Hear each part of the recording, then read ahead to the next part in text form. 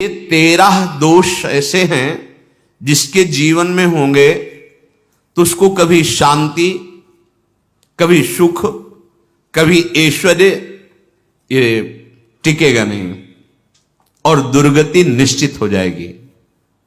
बहुत ध्यान से सुने। एक श्लोक में 6 दोष और दूसरे श्लोक में 7 दोष। उपासक को कभी इन दोषों को अपने अंदर टिकने नहीं देना चाहिए। और जो संसार के मार्ग में चल रहे अगर इन दोषों में चलेंगे तो हुआ जो आपके पुण्य कर्मों से ऐश्वर्य है भी वो नष्ट हो जाएगा। आप दुख, चिंता, शोक से ग्रसित होकर बड़ा दुख में जीवन व्यतीत करेंगे और आपकी गति बिगड़ जाएगी, दुर्गति हो जाएगी।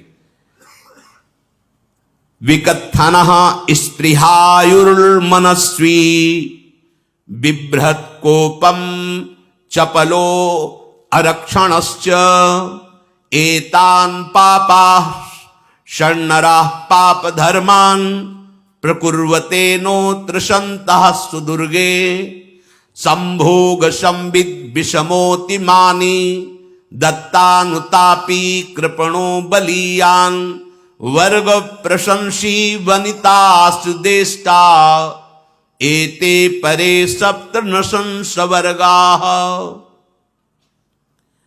जो अपने मुख से अपनी बड़ाई प्रशंसा करता है, ये 13 लिख लो दिमाग में, डायरी में, क्योंकि ये नोट हो रहा है, आवाज डाली जाएगी, आप बार बार सुन, इनसे बचिए। अपनी बड़ाई, अपनी प्रशंसा कभी अपने मुख से नहीं करना, नहीं तो आपके पुण्य नष्ट हो जाएंगे, बुद्धि भ्रष्ट माने गिर जाएगी। अगर परमार्थ में चल रहे हैं तो भी, और व्यवहार में तो पुण्य नष्ट हो ही जाएंगे। बुद्धि गिरी हुई तभी ऐसी बात होती है। और यह दोष बहुतायत है, ये बहुत प्रभावशाली है। अपनी बड़ाई मारना, इसको देख लो, पकड़ो, सत्संग है। अपने मुख से कभी अपनी बड़ाई ना करना। अगर कोई अपने मुख से अपनी बड़ाई करता है तो उसके सुकृत नष्ट हो जाते हैं, बुद्धि भ्रष्ट माने गिर जाती, पतित हो जाती है, फिर निर्णय ठीक नहीं। अगर हमारा सारथी, हमारा ड्राइवर मूढ़ हो तो कहीं भी हमको गिरा देगा, तो वो बुद्धि भ्रष्ट मतलब गिर जाती है, निर्णय करने लायक नहीं रहती। अपनी प्रशंसा अपने मुख से करना। दूसरा, लोलुपता, ये वृत्ति नहीं होनी चाहिए। धर्म से चलेंगे, धर्म के द्वारा जो हमें प्राप्त होगा उसी से हम अपना भरण पोषण करेंगे। आपके बच्चे स्वस्थ होंगे, बुद्धिमान होंगे, परिवार में बहुत सुख और शांति होगी। भले दीपक की तरह जलो, बहुत काल तक रहेगी। लक्ष्मी जी भी आपके घर में बहुत काल, हम ये नहीं कहते कि बहुत नहीं, जितनी है बहुत सुख शांति से चलोगे। अगर लोलुपता करोगे, हिंसा, छल कपट, व्यभिचार, चोरी, ऐसे धन आ जाए, वो आएगा, लेकिन वो हाइलोजन की तरह आएगा, एकदम प्रकाश और फ्यूज, बिल्कुल अंधकार करके जाएगा। देख लेना, तुम्हारे जो सुख के हेतु हैं, तुम्हारा शरीर, तुम्हारे बच्चे, तुम्हारी पत्नी, तुम्हारा परिवार, उसको देख के तुम रात दिन जलोगे बिना आग के। ऐसे उनके आचरण होंगे, ऐसे उनके अंग होंगे, ऐसे उनके दिमाग होंगे, ऐसा उनका व्यवहार होगा। ये लोलुपता अगर उपासक में या किसी में है तो उसको नष्ट कर देती है। सावधान। तीसरा, यदि आपका अपमान होता है तो आपको उसे सहन करना होगा, उससे आपके पाप नष्ट हो जाएंगे। जो तनिक सा भी अपमान होने पर बहुत क्रोध करके दूसरे का अपकार करने लगता है, ये आपका पतन करा देगा, ये आपको फंसा देगा, हृदय जलेगा, अर्थव्यवस्था नष्ट होगी, पूरा परिवार दुखी होगा। जरा सा अपमान की संभावना में आप किसी से भी भिड़ गए, किसी से भी, वो ये प्रवृत्ति आपका पतन कर देगी। उपासक में तो अपमान सहना अमृत है, नीचापमानम शुद्धा, पर व्यवहार में भी ज्यादा उत्तेजित मत होइएगा। ये तो कुछ मिनट की बात है। अगर आपने उसे मारा, पीटा, रिपोर्ट हुई कानून की, ओ फंसते चले जाओगे, अर्थ जाएगा, समय जाएगा, चिंतन जाएगा, बहुत तरह से हानि हो जाएगी। अगर आप सह गए तो आपका सहना उसके लिए आग बन जाएगा। उमा क्षमा साप होते भारी, तुम्हें दंड देने की जरूरत नहीं, उसका एक कर्म ही उसे दंड दे देगा। आप शांत हो जाइए, आप सत्संगी हैं, आप शांत रहिए। चौथा, निरंतर क्रोध और उसका चिंतन। बैठे बैठे बस द्वेषियों का चिंतन ही हो रहा है, अंदर क्रोध का चिंतन और द्वेषियों का चिंतन ही हो रहा है। द्वेष भरी बातें, द्वेष भरे क्रियाएं, उन्हीं का चिंतन करके जलते रहना क्रोध से। उपासक को तो क्रोध करना ही नहीं चाहिए, बहुत शांत।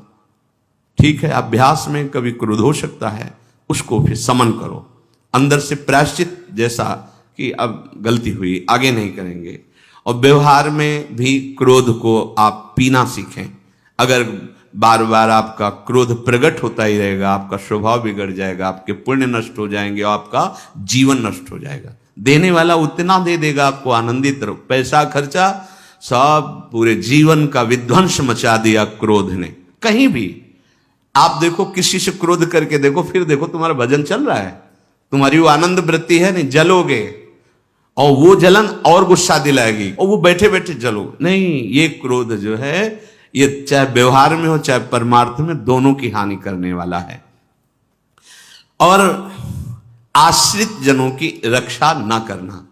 अगर कोई भाग कर आपके पास आ गया है, कोई पशु पक्षी या कोई मनुष्य, आपको चाहिए कि अब चाहे हमारे पहले प्राण जाएं, उसकी रक्षा करेंगे। सीवी जैसे तो कोई बिरले ही होते हैं, पर इतना जरूर ध्यान रहे, जैसे कोई पशु पक्षी किसी भय से आपके सीमा के अंतर्गत आ गया है, अब उसकी रक्षा करनी है आपको।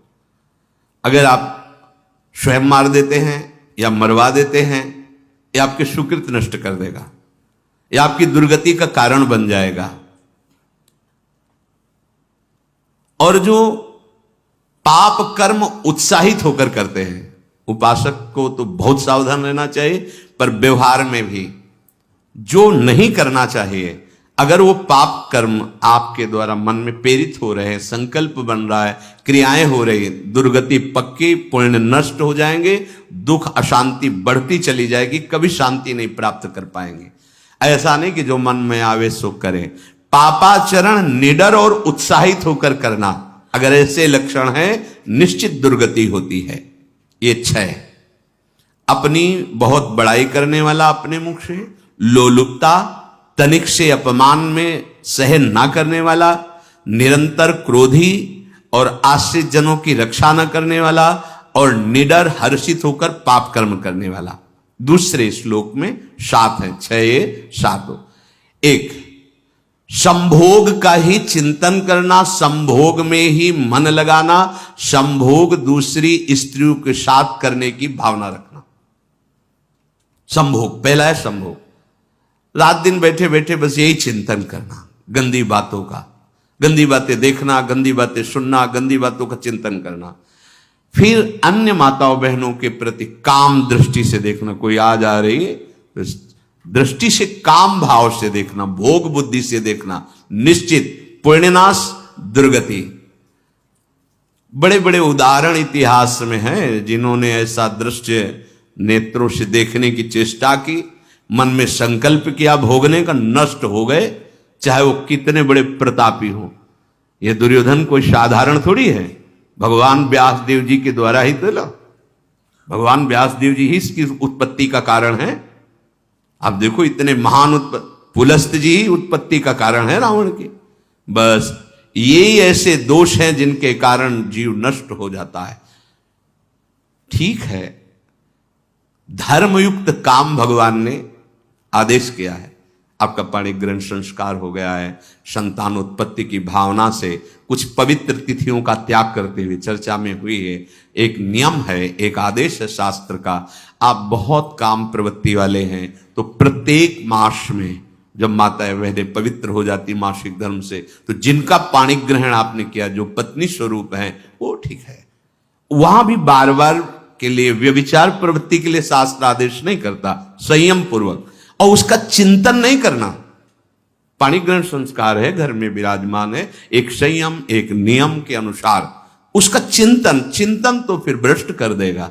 चिंतन प्रभु का करना है, चिंतन प्रभु की सेवा जो आपके कर्तव्य, इसके चिंतन से बचो।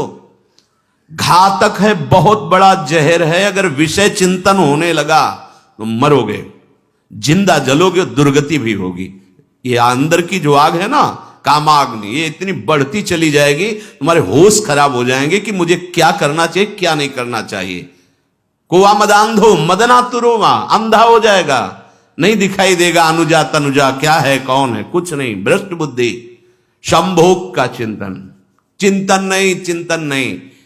धर्मयुक्त काम आदेश है शास्त्र में। यदि आप प्रवृत्ति मार्ग में हैं तो अपनी पत्नी को जो पाणिग्रहण स्वीकार किया है, वहां भी पवित्र तिथियों का त्याग करते हुए, एकादशी है, रामनवमी है, नव दुर्गा है, जन्माष्टमी है, राधाष्टमी, जो पवित्र तिथियों का त्याग करते हुए और ऐसे जो मर्यादाएं हैं उसके अनुसार, और कहीं पराई स्त्री के साथ संभोग की बात निश्चित निश्चित दुर्गति पक्की है। ऐसे ही माताओं के लिए है, स्त्री शरीर के लिए है। यदि वो ऐसी गलत चेष्टा तो पतिवंचक परपति रति करही, रौरव नरक कल्पसत परही। ये भोग चिंतन से बचने की चेष्टा कीजिए तो क्रिया से अपने आप बच जाएंगे। क्रिया के पहले चिंतन होता है, चिंतन से ही क्रिया का आवेश आता है। चिंतन संभालिए, इसी से भगवत प्राप्ति होती है, चिंतन से, और इसी से दुर्गति भी होती है। अनन्यस चिंतयन्तु माम, भगवान चिंतन करे मेरा करो, कर्तव्य कर्म मेरे को समर्पित करो। अब जब चिंतन संभोग का होगा तो बुद्धि भ्रष्ट हो जाएगी। ये जो राक्षसी प्रवृत्तियां सुनने को मिलती है ना कि ऐसा हुआ ऐसा हुआ, वो देखा सुना और चिंतन किए, अब इतनी राक्षसी वृत्ति आ गई कि बस अब उनमें और राक्षसों में कोई अंतर नहीं रह गया। दूसरा, विषमता रखने वाला, सबके साथ बर्ताव ऐसा कि मैं बहुत श्रेष्ठ हूं और दूसरे सब नहीं, ऐसा व्यवहार नहीं। सब भगवत स्वरूप हैं, समान व्यवहार। जैसे आपके भोजन है तो जो आप पा रहे हो वही सबको दीजिए, बैठने की व्यवस्था, उठने की व्यवस्था, क्रम बाय क्रम, पर उसको भी नीच भाव से मत देखिए। उस कोटि का उसको प्यार दीजिए, दुलार दीजिए, सम्मान दीजिए। इतनी विषमता ना फैलाते रहें अपने जीवन में कि आप सबके निंदा के पात्र बन जाए। विषमता नहीं, सबको प्यार। हाँ ठीक है, पुत्र का अलग प्यार है, भाई का अलग प्यार है, पिता का अलग प्यार है, पर हमारा व्यवहार प्रीति युक्त होना चाहिए, विषमता भरा नहीं होना चाहिए।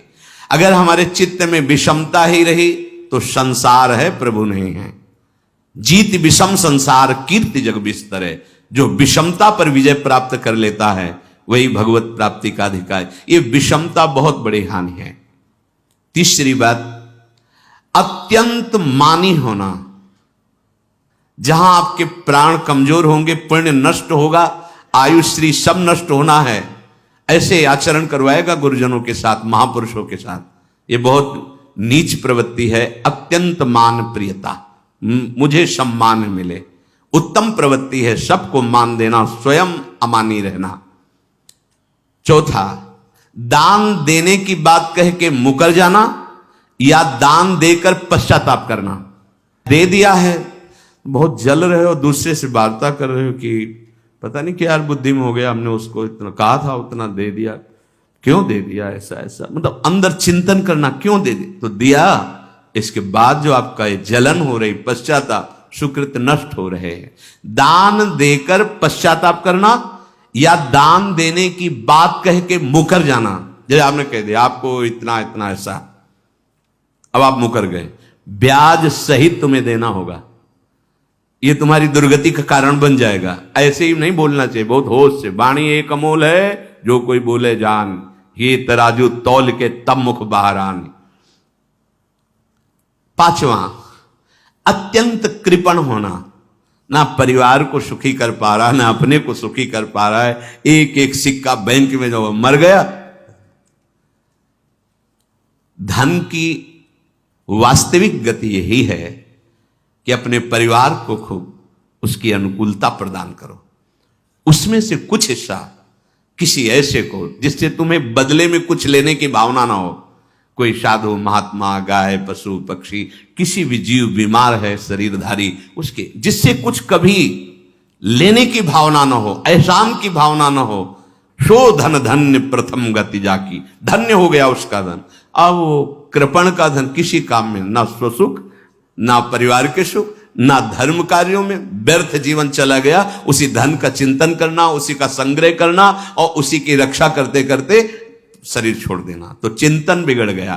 तो कह रहे हैं जो कृपणता है और अर्थ और काम की प्रशंसा, उसी की चर्चा, उसी का चिंतन, रुपया और भोग, उसी की चर्चा कर, जहां बैठे रुपया की चर्चा, भोग की चर्चा, जहां एकांत में बैठे उसी का चिंतन, कैसे रुपया बढ़े, कैसे भोग मिले, और अगर अवसर मिला तो रुपया अधर्म से आवे चाहे धर्म से, उसको इसकी कोई परवाह नहीं। भोग चाहे धर्म से हो चाहे अधर्म से, जिसका अर्थ और काम भोग ही चिंतन है वो धर्म नहीं। जिसका धर्म चिंतन का विषय है तो अर्थ और काम भी ऐसा होगा जो मोक्ष प्रदान करने वाला हो। धर्म, अर्थ, काम, मोक्ष। और जो बालक, स्त्री, पागल, असहाय, जो इनकी रक्षा न करके इनकी हानि करता है, दुर्गति निश्चित है। माना आपकी पत्नी है, उसका स्वभाव बिगड़ा हुआ है, क्रोधी है, कटु वचन बोल, लेकिन आपके ही प्रारब्ध के लिए, माना आपका पति ऐसा स्वभाव वाला, पर आपके ही प्रारब्ध से तो संयोग बना है आकर, अब इसका निर्वाह कर ले जाओ तो पवित्र हो जाओगे दोनों। और अगर झगड़ा और लड़ाई और मारपीट और कहीं हिंसा आदि के रूप में उतर गए तो फिर और करनी बिगड़ गई। बालक है, आप उसको ज्ञान नहीं कि आप पवित्र है, कि आप पवित्र है, उसको ज्ञान नहीं कि आप उसके साथ व्यवहार अच्छा कर रहे हैं कि बुरा कर रहे हैं। रक्षा करनी है आपको, शोषण नहीं करना। कह रहे हैं स्त्री, बालक और पागल, जैसे विक्षिप्त है, पागल है, आपको रक्षा करनी है।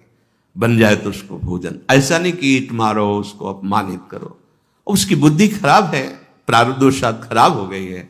तो शास्त्र आज्ञा करता है, स्त्री, बालक, जैसे पागल, विक्षिप्त आदि हैं, असहाय है, असमर्थ है, बूढ़ा है, वो आप सेवा भी करो तो वो गाली दे सकते हैं, उनकी बुद्धि बिगड़ गई, आपको उनको दंड नहीं देना, मारना नहीं है आपको। मान लो आपके बड़े बूढ़े बुजुर्ग जन हैं, आप सेवा भी कर रहे हो तो आपको कटुवचन बोल सकते हैं, आपकी निंदा कर सकते हैं, लेकिन आपको उनके साथ व्यवहार सद करना है।